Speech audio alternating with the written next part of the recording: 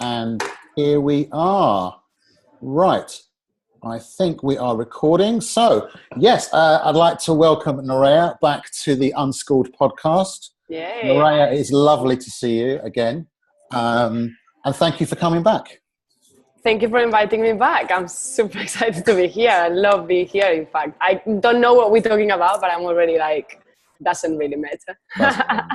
So basically, obviously, we keep in touch, and part of the way we keep in touch is through Facebook. And I literally saw a status of yours, and I just thought, yes, we have to talk about this. You wrote something, I don't know if you can remember, but you wrote something about part of the work that you do as a coach with the Happy World Company is self-esteem recovery. Now, I don't know if you remember writing that, but that, sometimes phrases just like ding in your mind. And I just thought self-esteem recovery, that is amazing as a concept. I can't remember exactly the day, but it's definitely something that can come from my mouth. So I just thought maybe we can start by thinking about the idea of, what is self-esteem recovery, first of all? And then secondly, why do we need it? I think self-esteem itself, I think, is the ability to feel good with yourself, right? To feel comfortable with yourself, to feel strong with yourself, or like inside.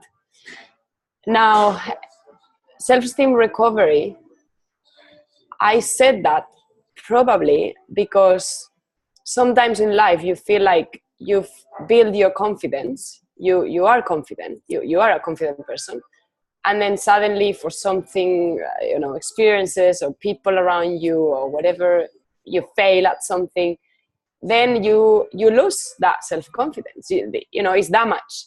So I guess like this self-esteem recovery is like, it's like a check-out, right? You sometimes you are recovering. Like, I can't really remember why I did it, but what came to your head? Like, what was the... Well, I think, okay, so from my perspective, from Unschooled, right? One of the things that, the basis that I work on, and we spoke, maybe it's a good idea to kind of recap what we spoke about last time, was that there is something about schooling which can be destructive about the process of schooling. Yes. And we did talk about that last time. You were talking about your schooling and, the kind of bullying, even subtle bullying that everybody goes through, and what that can do to your self-esteem. And I suppose one of the things that I've been thinking about in the interim is the kind of hidden curriculum, if you like, about school. So what does school teach you about life and about yourself that can affect your self-esteem? Right, and why do we need to work on our self-esteem in order to make progress? What is it about our self-esteem that's damaged? Why do we need to work on it to make progress?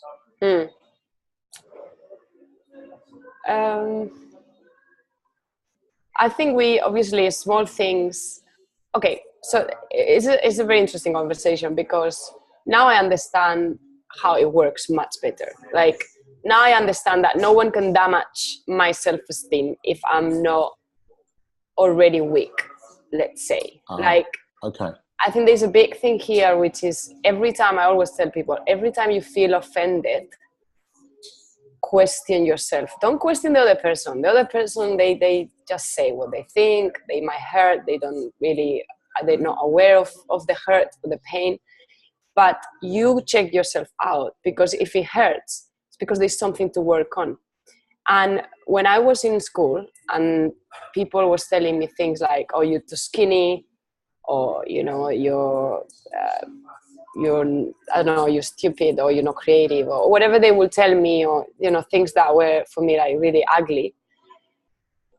If I wasn't weak, if I was a confident person, if I was coming up from a confidence place, I would be like, you are so lost. Like, you have no idea what you're talking about. But I wasn't there. I believe they were right because I was already thinking that way. So if you ever feel offended or anyone hurt you, you've already got it. It's not that they're giving it to you. You already have that seed in yourself to grow it. Once you, right now, if someone come to me and say you're not creative, I'll be like, wow, I'll be curious to know why they think that and to learn from their reality. But I will not get offended because I've proved myself few things.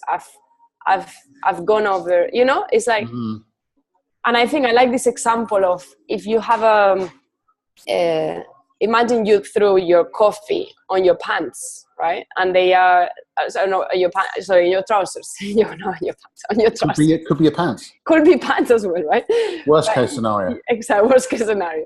You've got your pants or your trousers full of coffee or broken, it doesn't matter, full of coffee. Now, if you feel embarrassed about it and someone come to you and say, you've got your trousers or your pants dirty, you're going to be like, embarrassed a bit. I know, I have to get changed, da, da, da. Now, imagine there's someone who their style is to have coffee on their pants or on their coffee because they like it, it's fashionable. It's something they do. They actually paint their trousers as if there was a coffee thing, like a circle or whatever. Yeah. It could be like cutting the trousers, which is very typical, but I just did the coffee.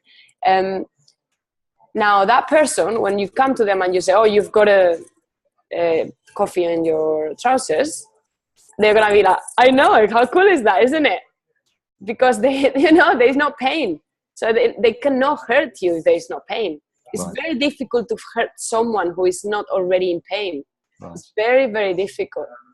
So can I ask a related question? Because you do amazing work as a coach, right? And you help people as an individual and within your company to overcome, if they've got self-esteem problems, to overcome their lack of confidence. What are the things that you notice about people when you start working with them? And then how do you help them get on their journey in terms of self-esteem and improving it? So if you have got a problem, if you are offended by whatever and you recognize that, what's the next step? The next step is asking yourself, what's weak about it? Where is that my weakness coming from? And what can I do about it? There's 3 questions there actually, but what is going on? Where is it coming from? And what can I do about it? Now, let's say my weakness is that when I was younger, to make a real example, I felt I was too skinny. I didn't like it. I didn't enjoy it. And then when someone will tell me, I thought they were right, but that hurts because it was already painful. So if someone come and touch the hole, it hurts. Like if you've got a hole here and someone come and do it, touch it, it hurts. Mm-hmm. So it's the same. I was already in pain myself because of my skinniness.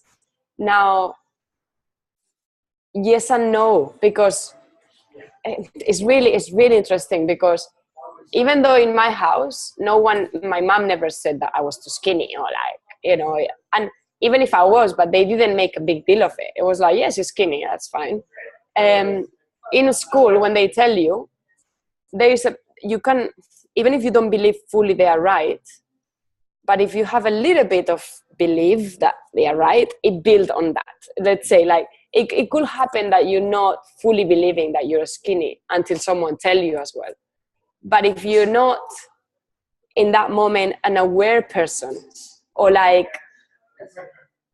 I think it's awareness, because when they told me, I already thought they were better than me and they were smarter than me. So whatever they would say, I would think is true, but it's because I was not aware. I was not smart. I was not like strong. How to explain that. I don't know how to explain exactly.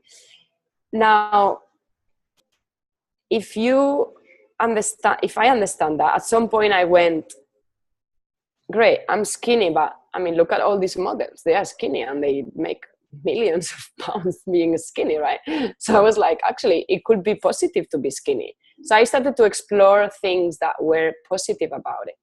I remember you telling me last time you actually took we went through it. You took different parts of your body that you weren't happy with. Yeah. Right? You isolated them and then you reframed it in your own mind.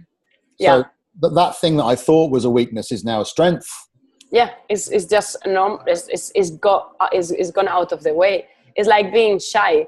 Being shy for a lot of people is a problem. But shy people, they are the most observative people. They are the smartest people. They are people who is always on time.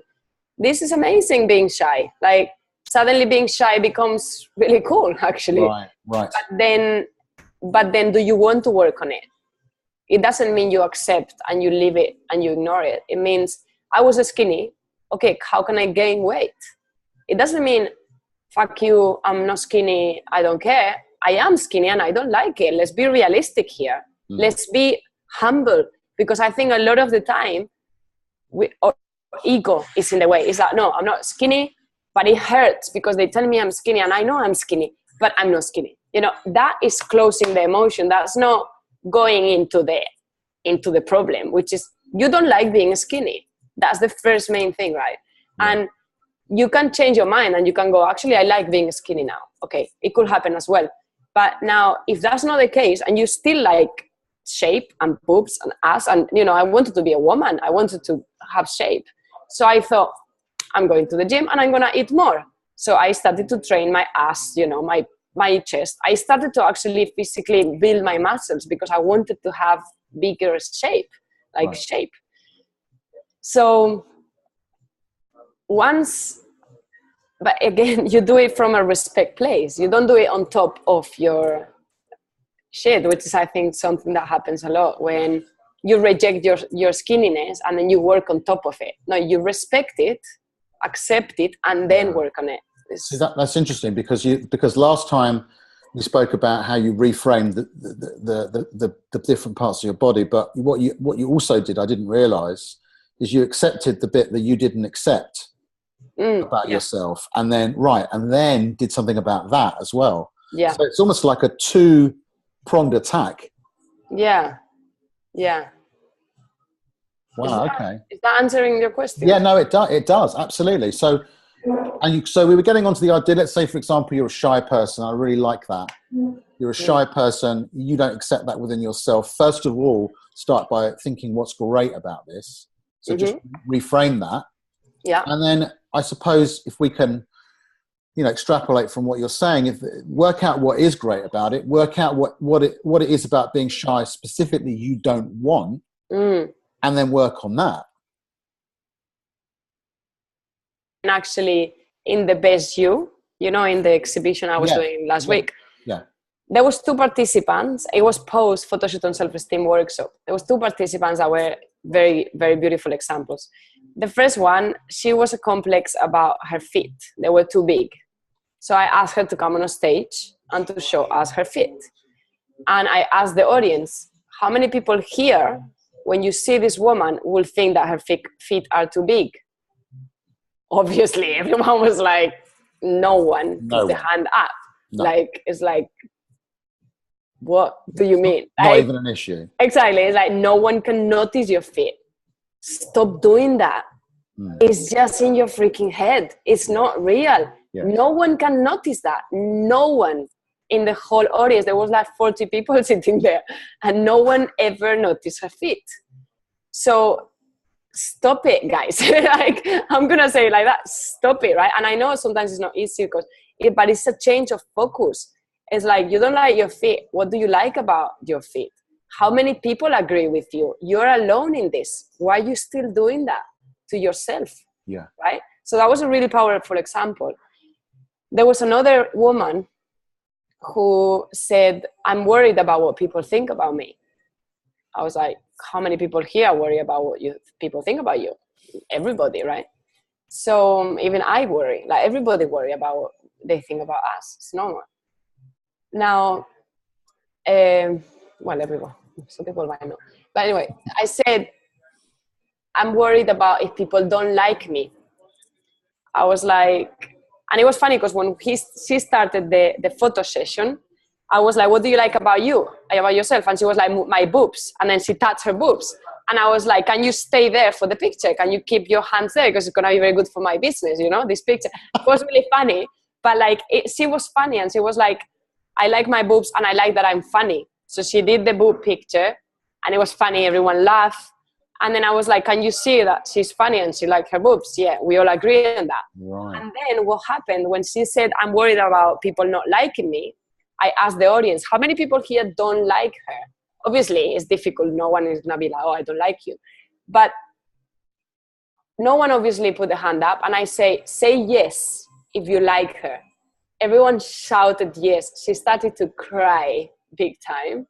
It was such a beautiful moment because it's just realizing that it's not true. It's like all this stuff is like, it's in our head so badly. Like, Yeah. and it was such a beautiful moment where she just, broke into tears simply because the whole audience said, we like you. I was like, we actually, and I know it's superficial, they don't know her, but no one, after the funny moment, everyone actually liked her. It's like, there's Right. no way they could not like her. You know what I mean?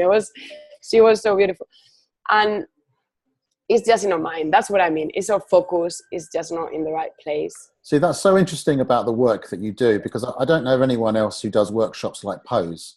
So, for example, do you want to just explain? I mean, not everyone would have seen the last podcast, but what is Pose, and how did you come up with that way of working with people? Pose is a photo shoot on self-esteem. So it's for people who don't feel confident in front of the camera, or just don't feel confident in life in general. But we focus on the camera, video, etc. Just because I think it's a challenge when you have a videographer looking at you or a photographer, you feel very naked.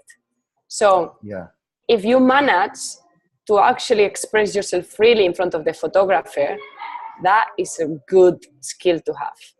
Because if you can do that, you will be able to do that in front of people. So for me, it was just an idea on how I can challenge people or put people in a position or in a place that they are not only gonna work from a conversation, but they are actually gonna experience something, and they are gonna see results straight away, because you can see your pictures, and in the moment, in the day, you see in your pictures. The workshop is a workshop on self-esteem, but there is a photo session. So there's two photographers, there's a makeup artist, and then there's me as a confidence coach. So I'm helping people to basically open up with the cameraman, not with the cameraman itself, but like with the posing and that. So to show the essence to the camera, that's the goal. Because I know you can be the ugliest man in the world, but if your energy is right and how you feel is right, the pictures are gonna come right. So I don't care how symmetric you are. You know what I mean? I don't care how photogenic you are. I can make you look good in the camera, and that's the goal, or like that's the point of the workshop, to get great pictures, but to actually experience that freedom that we all can experience. So it's interesting that the camera is sometimes the thing that causes people the most stress and the greatest amount of self-consciousness. But actually what you're doing is you're reframing your experience in front of the camera into something that actually empowers you. Mm-hmm. How does it? So it empowers you because you discover what your essence is, maybe, like this woman you were saying at the exhibition? Well, what I'm helping you with is to leave your ego in the side, really. Because if we can do that, then we can be free. And I think, empowered is a good word, because for me, empowerment means freedom in a way. It means bring it out, whatever you've got. You've got a massive ego. Show me your ego. I want to see that.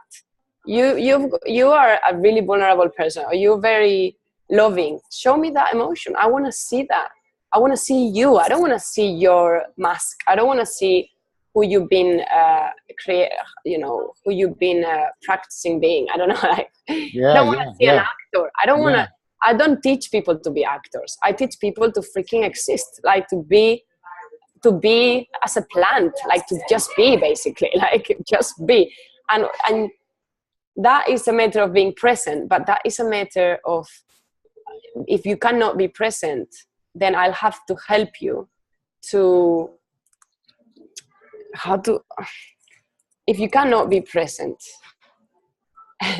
obviously I have to teach you to be present, first of all. Yeah. But I can bring you to the present moment so that you can see what's coming out from it. So most of people, they think that they don't expect the results. They don't think they can look so good. They can't believe it. You know what I mean? And again, it's not for me to help you to pose properly or to like do that, do this, or to act. Is to break you in a way. Is to like set you free for life, you know, for the world, because you've got all these amazing expressions and all these amazing energy or like states that you can be in. Let's bring them on, and you just need to focus on that thought, or to focus in.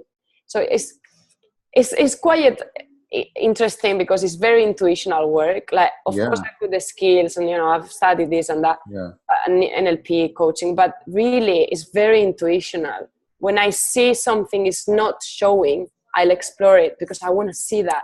I want to see you, and I see that essence sometimes is not out. The key word for me, or the keywords for me in what you're saying, is the connection between essence and presence. And it seems to me like maybe what it is you're doing with people is you're insisting that they be present in the moment, and perhaps what that does is take their ego out of the running.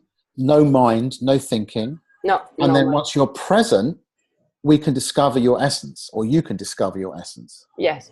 Yeah, it feels like there's an element of discovery about it. There is a discovery because when if it's your first time in front of the camera, you have no idea how to pose, right?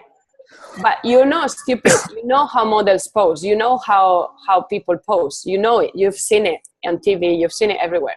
You have the knowledge.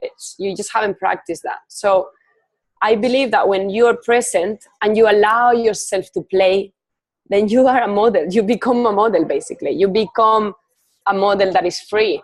But if you're not in the moment and you're not allowing yourself to explore and to discover new parts of you, then it's more difficult. But if you're open to discover new use, you will discover new use on that day because everything is set up for you to do it. No one expects anything from you. Right. Everyone expects you to basically pose and enjoy if you can. You know, that's all. But we don't expect specific pose. Sometimes clients, at the end of the day, there's few testimonials that are amazing because they were like, I can't believe it was so easy to do this. Like they came in like really scared, but because they had the guidance, because they had someone slowly opening them up. By the end of the day, they were like, let's do more pictures. And I was like, oh my God, these guys were like completely shy when they started the day. And I cannot tell you more. Like I'm shocked with my own work sometimes because you asked me how you created this. Well, it was because I've been doing modeling in the past and I know how hard it was for me to completely feel free in front of the camera. And I know how useful it's been in my career, in my life, in everything. I think modeling has been my therapy for my first therapy, like shocking therapy. Wow. Because I had to put myself out there, and to be honest, to put your body out there is a challenge. It's a big deal. Like sometimes they say, oh, models, they just pose.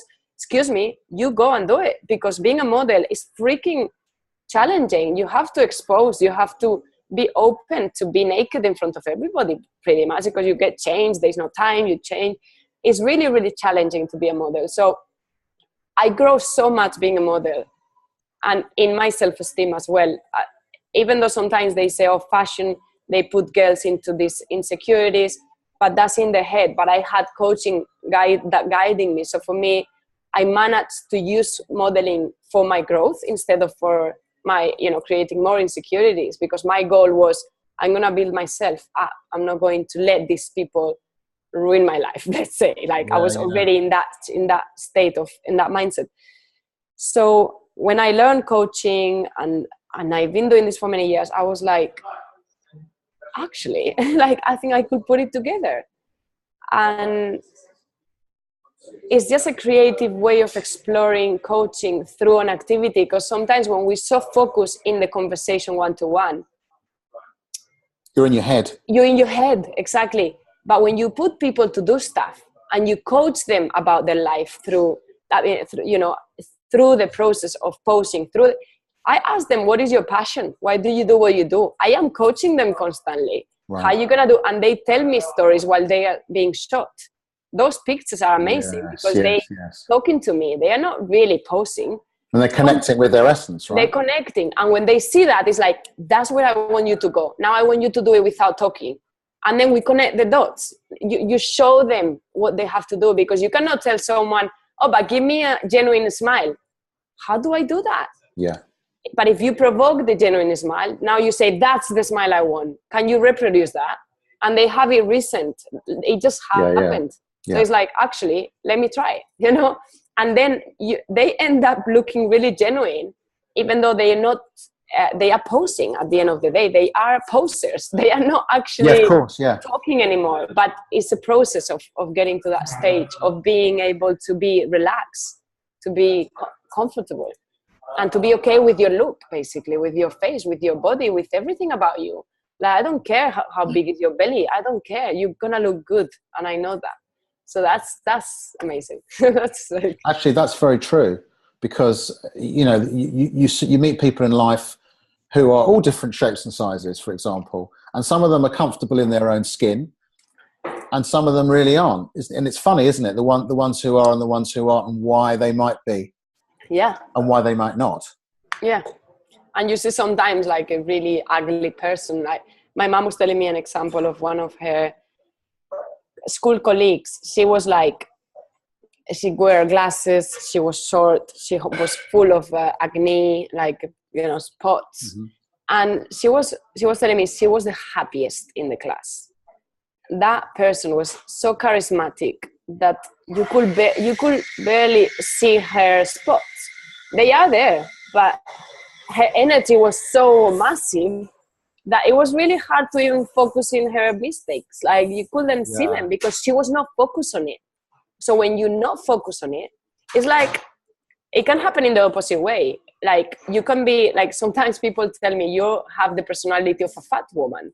Like, you've got this beauty outside, but you actually... That's a great compliment. I was like, thank you. I like it, to be honest, because they say, sometimes fat people, they are more friendly because they have to balance it out, whatever.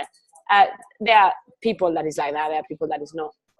But for me, I think your energy and what's your focus, that's showing people who you are. And everything else is so small comparing to your feelings and how you are, how was your attitude, or was your mindset. That's much bigger. That can be much bigger. So it's just focusing on that more. So the way you work with people is almost through a contradiction. The way I'm trying to think it through, you're taking something that theoretically can really inhibit somebody, as in having their photo taken or whatever, mm-hmm. on a photo shoot, and actually flipping the experience and making it a liberating experience, which is a really, really interesting way of looking at it. While you were talking about it, I was thinking, because I think you do some work on public speaking with people as well. Can you see any connections then between the way somebody might feel if they are coming in front of a camera for the first time, feeling really self-conscious, getting in their head, and somebody getting up speaking for the first time? Very similar.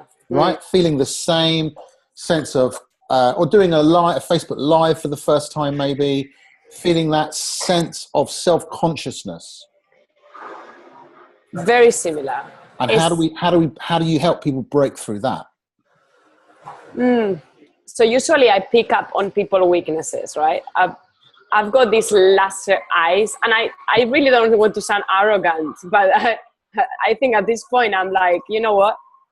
If I'm weak at something, I will say. If I'm strong at something, I will say as well. So it's being a very interesting journey for me as well, because I'm here learning, and sometimes we have gifts that we don't know about, like we have talents that we don't know. And a lot of people, and now this is based on feedback. This is not based on my own conclusion, really. This is based on what people has told me. And I've done a few workshops for few organizations for entrepreneurs, like one is called HATS, Female Entrepreneurs. That's right. And I've done a couple of workshops for them into public speaking to pitch the businesses. And something that this woman told me, that the organizer, she was like, Nerea, you're so good at picking people weaknesses, like what they know, where they haven't explored yet. And so again, this is intuitional, but this is something I just sense that person could be challenged if they do this or that. So again, it's the same thing. Let's say someone go on stage and they give a talk, and you sense, you see, this is not even a sense, you just see clearly that person is not playing with their voice, is very plain, or is not moving the body at all, or is not having any poses, or is not looking at people's eyes for too long. So you explore those things that are lacking basically in public speaking, because when you see a public speaker, you want a public speaker to be entertaining in a way, or to be like quiet out there and like open and looking at you and engaging with you and all that. So because you know the basics of public speaking, then you can explore the areas that are more useful for public speaking. But then what happens is that when someone is not able to look at someone else's eyes, this is not happening only in public speaking scenario. This could be happening in real life as well. So that's when you start, linking things, and it's a life transformation, because even if you are applying it for public speaking or for photography or for posing or whatever, then you realize things about your life, because maybe you do the same when you're talking to someone where you're not very loud, or maybe no, you do it, but then on stage you can't. So it's just like awareness, right? Again. Now, another example from the Best You, there was a guy who actually joined 3 courses, by the way. Like, I was like, wow, he actually liked this. He joined us in the whole thing. Like, just to clarify, the Best You is an exhibition that you've just been presenting at? Yeah, exactly. The Best You is an expo. It's in Olympia, and they do it once a year, and it's for personal development and coaches, coaching businesses. So you go and expose your business, and then you give talks. And I was in the inspiration zone, so I did the speed coaching, which, oh my God, was amazing. I have to tell you about it. Impromptu public speaking and pose. So I had these 3 workshops happening, and it was really packed. It was lots of people there. There's videos coming up, so keep an eye. Cool. Now, this guy, he was not having a lot of poses. So I asked him, can you do your minute of your speech in silence? Obviously, he struggled, right? It's like... Yeah. You mean just standing in front of an audience in silence? Yeah. Stand there. You're harsh. I am harsh. So if you're planning to, if you want to grow, you want to work with me? Come along. If you don't want to grow and want to stay in your comfort zone, don't move your ass from where you are now. Fine. That's it, right? No, but I'm harsh, but I'm sensitive as well. I know how hard you can traumatize someone doing this. So it's very delicate work. It's not like you just do it. Of course, it's risky for me. Sometimes I'm thinking, is it right? Now, very rarely I've passed the line. Like maybe a couple of times I remember that I felt like I was pushing a bit too much. But most of the times, because I am very sensitive person, and I've been in a place full of insecurities, full of fear, full of shyness. I connect with these people, I understand them. I'm with them. I'm fucking crying for them. You know what I mean? It's like, I was there and I struggled to seeing them struggle, because I feel it. I'm there. I'm with them.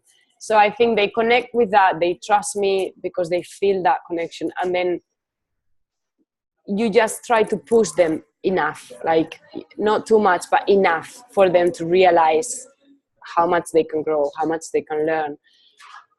And this guy, he was shocked of how difficult it was, but he managed to do it. So suddenly you're showing them the potential of what they can do. And he told me at the end, he was like, that was so powerful. I can't believe you pick up on this. Like, it was so obvious, because he was good at public speaking. He was very good. Everyone was like giving him good feedback. I was like, this guy is sorted. Like, he's okay with everything. He's doing it and he's entertaining and but I was like, give me 1 second, let me try this. Because I believe that everyone has things to explore and discover yet. I've got plenty, you've got everybody. So I just challenged him on that area.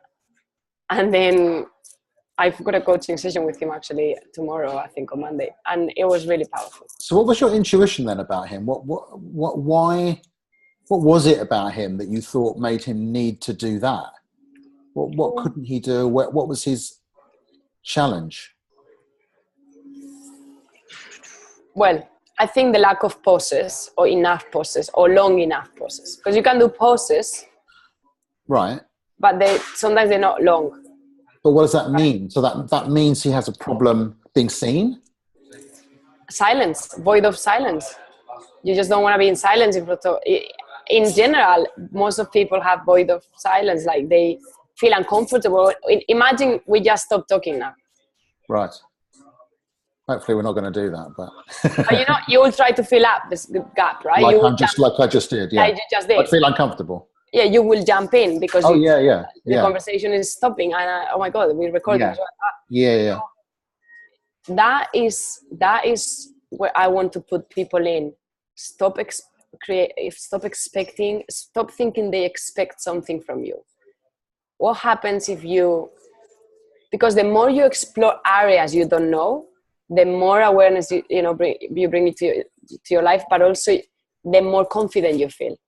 Because you're proving yourself that that's not right. So you just need to kill your beliefs in a way. Like all the beliefs you've got, kill them by testing things, by doing new things, new ways.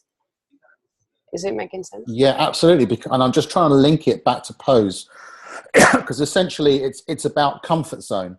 So the camera is the thing that challenges you. The audience is the thing that challenges you. And it's almost like, not a distorting mirror, but it's a mirror that shows you where you need to grow. Yeah, it's definitely. And when you see your pictures, something you learn a lot from is how you were feeling and your faces. So that face, don't do that face again. Like how you feeling here, don't understand why you feel like this and how you can feel differently, because that face is giving you this, that feeling is giving you this face. So it's like a lot of awareness actually, because it's like, oh my God. When you were saying that, Nerea, this is terrible. I've got a picture in my mind of certain people who, for whatever reason, do selfies of themselves and put them on social media. Often they're coaches or they're selling, but they're so uncomfortable. Yeah, exactly. These are my clients. And it's almost like, why would you take a photo of yourself when you're so uncomfortable? Not enjoying it. Being in front of the camera, you're not enjoying it. Why would you do that? It's like really fake, right? Basically, the answer is this woman here. Give me a call. I'll tell you what. That's amazing. Yeah, I think we all need a bit of photography therapy. I'm just gonna call it photography therapy or something, because it's so therapeutic. Like one of the last clients that came to, he was like, I feel like I've been in a therapy session. Like my brain is changed. I was like, yeah. There's a testimonial as well about him. He's really honest, and I could sense that. I could see his and also the pictures, guys. Oh my God, I'm not here just to sell this, honestly, but they're so good. Like you have to see some of the pictures because the photographers on top of it, they are good. So they grab you, they grab your essence. I don't know how they do it. That's the job. But with my help and their help, it's just really amazing, like the combination of it. Well, I'll help you, Sel. I mean, if you're, not that you need help, but I mean, if you are a business person, right, and, you want some headshots for whatever reason, which people often do, particularly for their social media, but you're worried that, you want to put your best you, or you kind of need a little bit more than just a professional photographer, right? You need to actually be able to and know which part of you want to sell, which is what's your strength. Yeah, definitely. No, definitely. You need someone who can see you. That's what I think, because sometimes you book a session with photographer and the photographer doesn't have it's not a coach. And sometimes some photographers are very cold, like they just like to be behind the camera. They're not sometimes that social. Obviously, I'm generalizing, but I've done so many photo shoots, and it was so hard to connect with the photographer so many times, because they just doing this, and you have to move around and you have to do something. And when you don't get the feedback, you get really lost. Yeah. You don't know what to do next.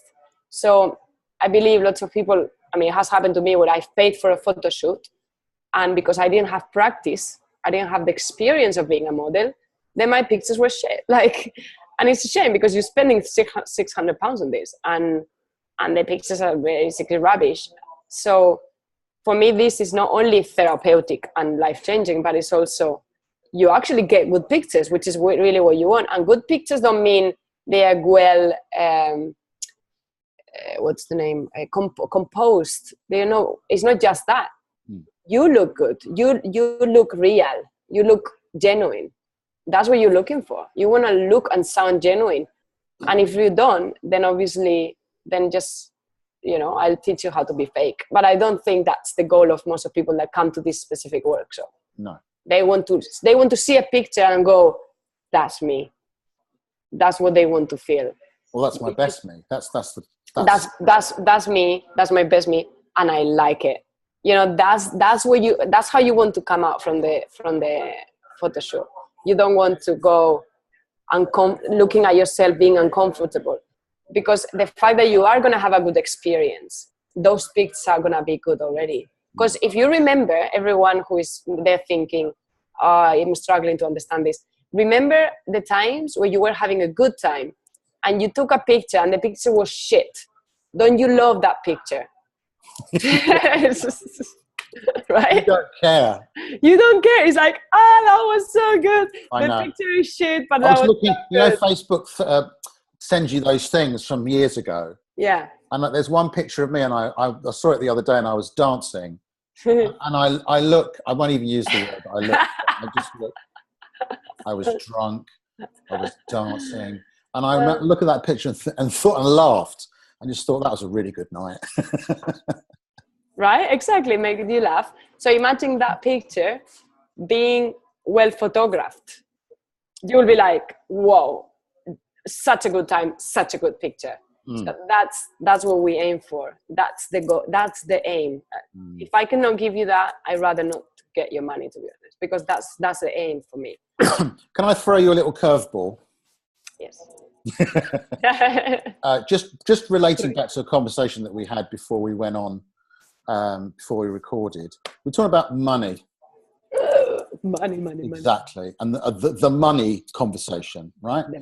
I'm interested in how that relates to self-esteem in your eyes. I do feel, I mean, we talked about ways of getting to self-esteem, let's say through personality, through the way you look, through the way you present yourself. How do you see money and just in general, how do you see that and its connection to self-esteem? Do you think there is a connection? Massively, yeah. Right. I think so. I mean, not in everybody. Some people is very disconnected from money, so their state doesn't change that much when they have more money or when they have less money, right? They can still experience the essence and the presence and being happy and whatever, enjoying life, whatever. And they can also be sad. I mean, they have all the emotions. They're not connected to that too much. Now, if you have emotional connection with money, or you think money determines your identity, then it's very connected to your self-esteem, because in that moment, then you're going, okay, I don't have money in my account, so I'm not worth it. Or, you connect the dots, and that's your conclusion.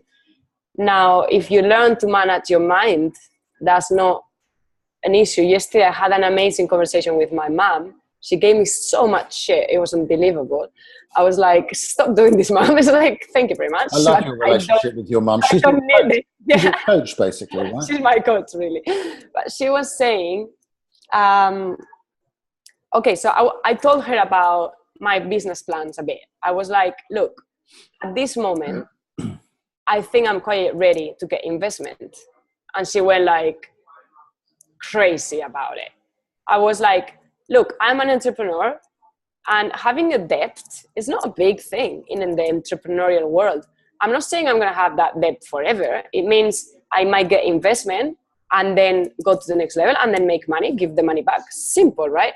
Obviously, it's not that simple. It could be that it goes totally wrong and you get that debt and then you have to, I don't know, go back to work and freaking pay back. I don't know. It can be so many ways, right? But at this time, I just feel like I'm in a different place and I know my business so well and I know what I'm doing. I know my products. So it's been 4 years of learning about it. So I just feel like I'm in a different position now and I'm ready to go massive. I'm ready to go worldwide. You know, I'm ready to build teams.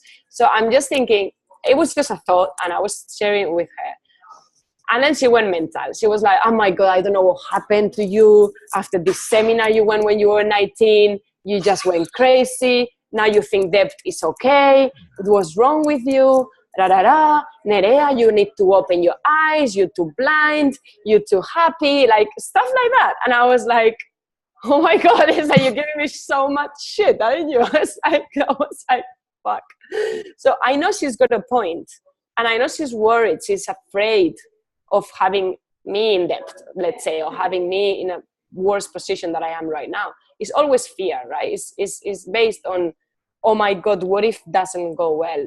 What if she's going mental and I'm not stopping her to do it? So she feels very responsible of what can happen to me. And because her mentality is no debt, she's got a really, really tight relationship with money. She's got a lot of issues around it. She's always been quite poor in terms, like, not always, but since my father left, we were okay with money. Then we had, like, when I was 12, things collapsed a bit for her. And we always kind of like, she had some restaurants. So she's an entrepreneur. She knows what it is to have a business. But she's not the person who think about business like you invest, then you get money back. It's a bit, I mean, she obviously invested, but she invested with her own money. She didn't ask for a loan, or she always did it organically, right? Sure. And I like that. I'm not saying I like that way, and I've always done that way.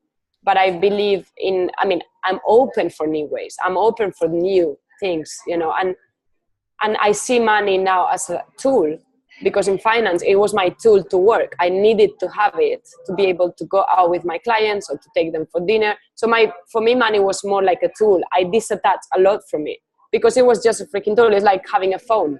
It's like, it was more like a thing you use to continue. Like a lever. So like a lever, so then it was interesting because she made me think, of course, and I went like, okay, maybe you're right. Maybe I'm going mental. I don't know. Like maybe I'm just going crazy, right? But that relationship, I'm always going to ask everyone, what's your relationship with money? Is that relationship healthy?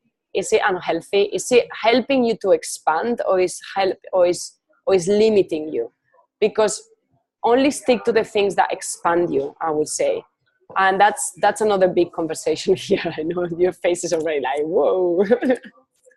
There's a lot there. There's a lot. But that relationship is going to definitely affect your self-esteem.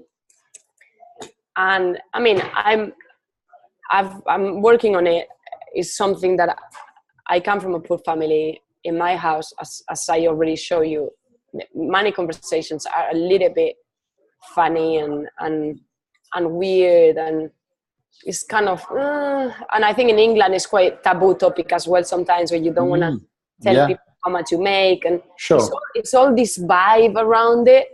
It's like, I think we could just normalize it a bit, you know. I think we could all disattach from it a little bit more, and that will help us to flow more into it, I think. People talk about a scarcity mindset and an abundance mindset.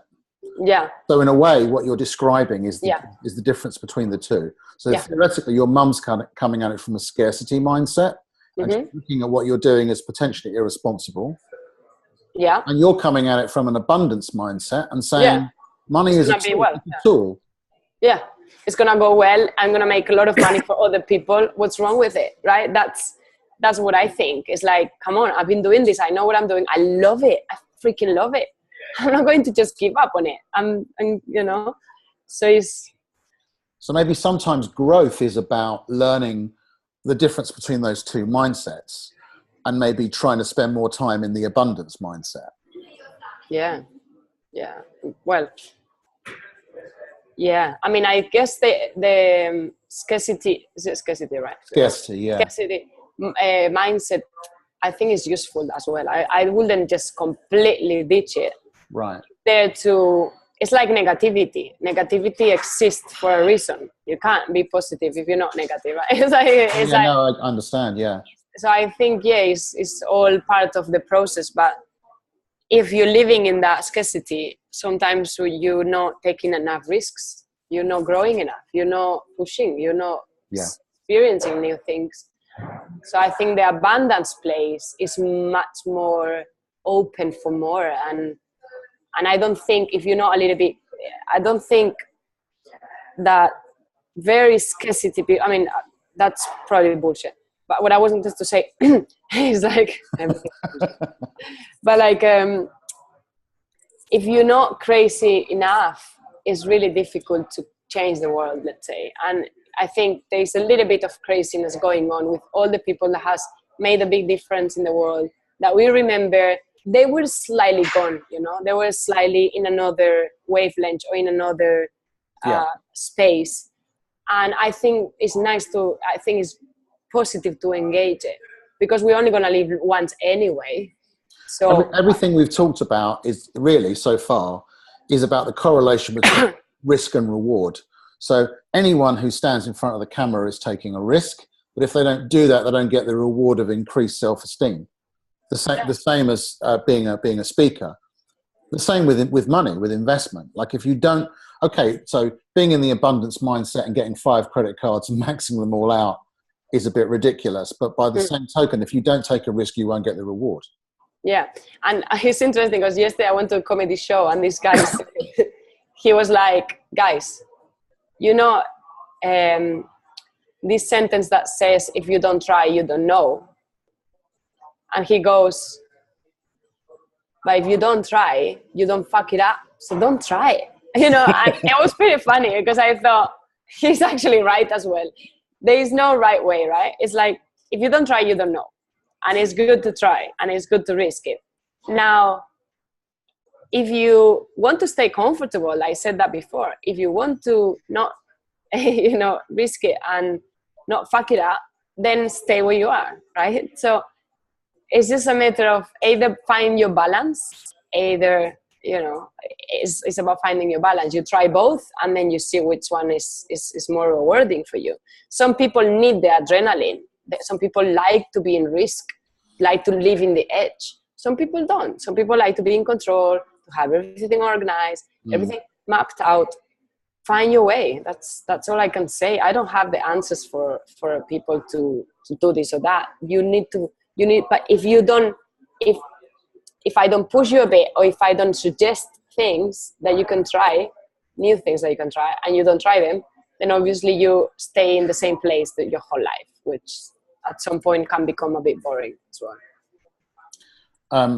Nerea, I just want to, before we wrap up, I want to give people the opportunity to find out what they need to do if they are intelligent enough to want to work with you.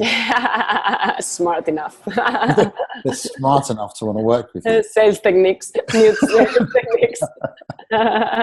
So how can people get in touch with you? They can Google me, Nerea Carryon.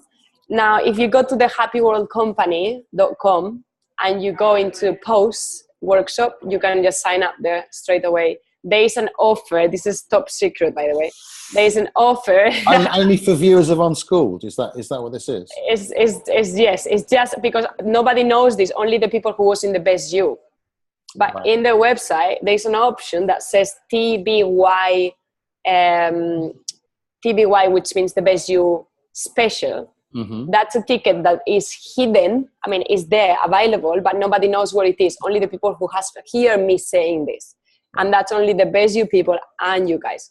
So there is an offer. for $390.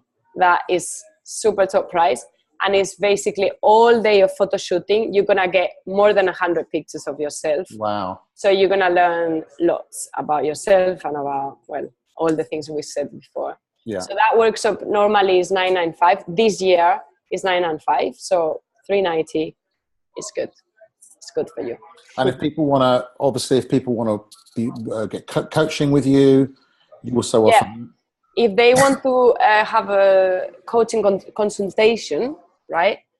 We can organize that. I just need to ask you a few questions before we jump on board to see if this is something you could benefit from. Yeah. And then you can email me into Nerea, NEREA.C